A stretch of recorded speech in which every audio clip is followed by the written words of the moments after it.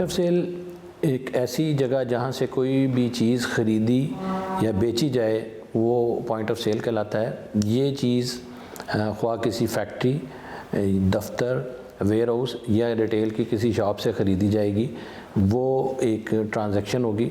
हुकूमत पाकिस्तान ने point of cell को इंटीग्रेट करने के लिए एक प्रोग्राम शुरू किया है। उसको बुनियादी तौर पे रिटेल से शुरू किया गया और वहाँ पे जो भी आउटलेट्स हैं उनके कंप्यूटर के साथ एफबीआर ने अपने कंप्यूटर को लिंक किया है। उसके नतीजे में रियल टाइम जो सेल है वो एफबीआर के पोर्टल पे शो होती है। इसका फ़ायदा ये है कि उस सेल के ऊपर जो टैक्स कलेक्शन है वो मॉनिटर हो सकती है और उसकी कलेक्शन 100% इंश्योर की जा सकती है।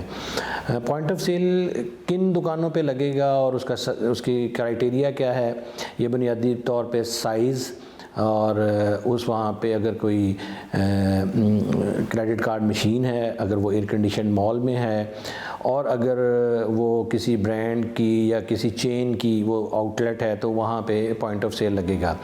बिजली के मीटर का भी क्राइटेरिया है। डिफरेंट साइज़ के हवाले से जो 1000 स्क्वायर फीट का क्राइटेरिया भी है और फर्नीचर के लिए 2000 फीट भी क्राइटेरिया है।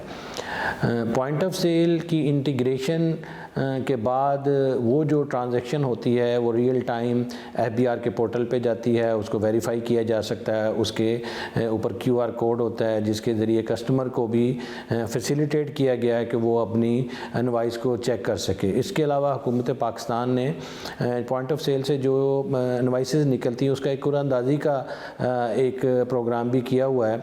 उस कुरानंदाज़ी के प्रोग्राम के तहत हर महीने 15 तारीख को कुरानंदाज़ी होती है। जो लोग उसमें रजिस्टर होते हैं और अपनी इनवॉइसेस को वहाँ अपलोड करते हैं उनको फिर इनामात दिए जाते हैं और इसके ज़रिए इनकरेज किया जाता है कि कस्टमर अपनी ख़रीदारी पॉइंट ऑफ सेल से इंटीग्रेटेड बिजनेसेस के ऊपर करें। इस प्रोजेक्ट की बड़ी अहमियत है और इसके साथ साथ इसके चैलेंजेस भी हैं। तो अहमियत तो ये है कि ये पाकिस्तान के रेवेन्यू के हवाले से बड़ा ही इम्पॉर्टेंट प्रोजेक्ट है। चैलेंजेस ये हैं कि जहाँ ये इम्प्लीमेंट हो रहा है और जिन लोगों ने इसको इंटीग्रेट किया है उनके हवाले से उनको मुश्किलात का सामना है।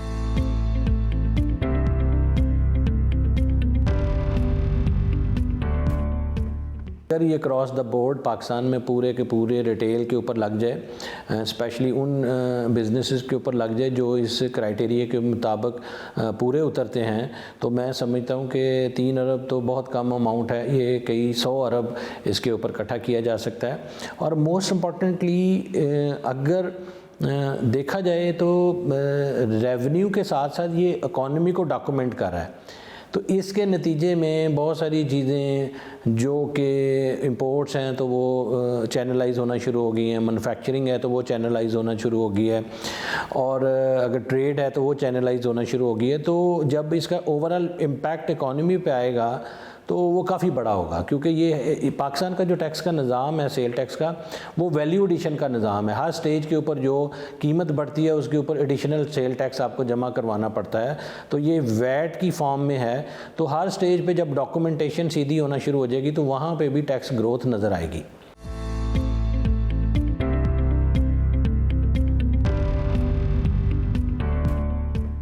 एडवांटेज सिर्फ टेक्सटाइल और शू सेक्टर को हुकूमत पाकिस्तान ने प्रोवाइड किया है, उनका टैक्स रेट कम है। इसके अलावा बाकी जितने भी सेक्टर हैं उनको कोई इसमें खातर खा सपोर्ट नहीं दी गई जो कि होनी चाहिए थी और डिस्काउंटेड टैक्स सभी के लिए ऑफ़र किया जाना चाहिए था ताकि लोग उसमें आएँ और उनको बेनिफिट नज़र आए। चैलेंजेस बहुत हैं। सप्लाई चेन का चैलेंज है, इन्वेंट्री को मेंटेन करने का चैलेंज है।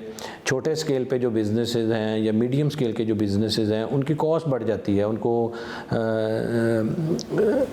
इंटरनेट लगवाना पड़ता है, उनको सॉफ्टवेयर ख़रीदना पड़ता है, उनको टैक्स कंप्लाइंस के हवाले से, इन्वेंट्री और बुक कीपिंग के हवाले से उनकी कॉस्ट बढ़ जाती है। और मोस्ट इम्पॉर्टेंटली ये जो सिस्टम है ये बहुत कॉम्प्लिकेटेड सिस्टम है। इसमें इन्वेंट्री एक सर्टन क्राइटेरिया के साथ एंटर होनी है, उसने उसके different QR code, HS code हैं, उसके डिफरेंट टैक्स स्लैब हैं, उनके जितने भी इनपुट और आउटपुट के मामलात हैं वो डिफरेंट हैं सेक्टोरियल वाइज। तो ये चैलेंजिंग है। इस सिलसिले में जिन बिजनेसेस के पास पहले से सॉफ्टवेयर नहीं है और वो कंप्यूटराइज नहीं है, उनके लिए तो ये नामुमकिनात वाली बात है। जो बिजनेसेस ऑलरेडी सॉफ्टवेयर और चीज़ें रखते हैं तो वो सप्लाई चेन और कंप्लाइंसेस को लेके उनके चैलेंजेस हैं। तो बिज़नेस को कॉस्ट्स के साथ साथ कंप्लाइंसेस और उसके बाद उनका ये भी फेयर है, जो रियल टाइम जब डाटा आ जाएगा, इंफॉर्मेशन आ जाएगी, तो FBR उनके साथ क्या सलूक करेगा, क्या उसी की बुनियाद पे प्रीवियस डेटेड को टैक्स लाइबिलिटी निकाल देगा, किस किस्म की चीज़ें होंगी, ये भी तहफ़्फ़ुज़ात हैं जिसके बारे में हुकूमत पाकिस्तान उनकी तहफ़्फ़ुज़ात को पूरा दूर करने के लिए उसने कुछ नहीं किया।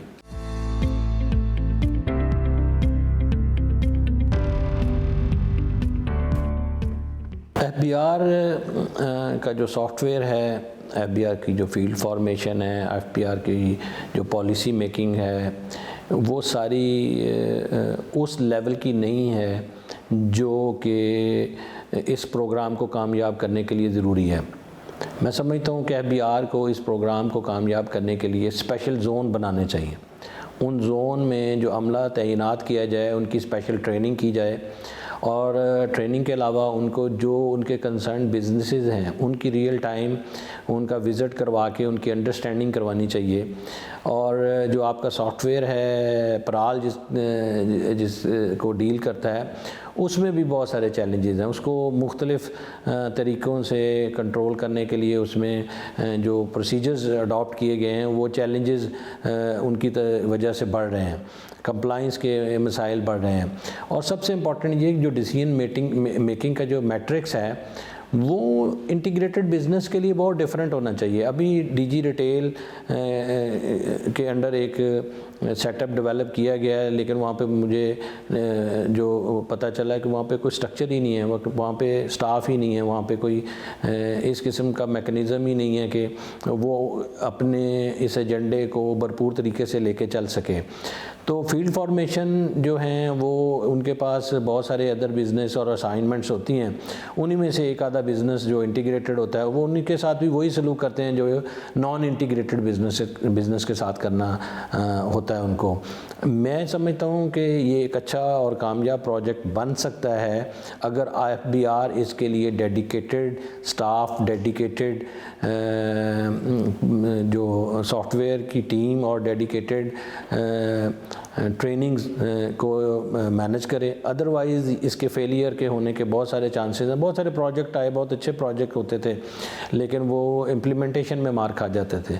अब भी मुझे यही डर है कि जिस तरीके से नित नए रूल्स और नित नई लिमिटेशन आ रही हैं और उनको दूर करने में जिस किस्म की हैसल का हमें सामना है, या तो ये फेल हो जाएगा या फिर लोग इससे निकलने के लिए एफ़र्ट करना शुरू कर देंगे।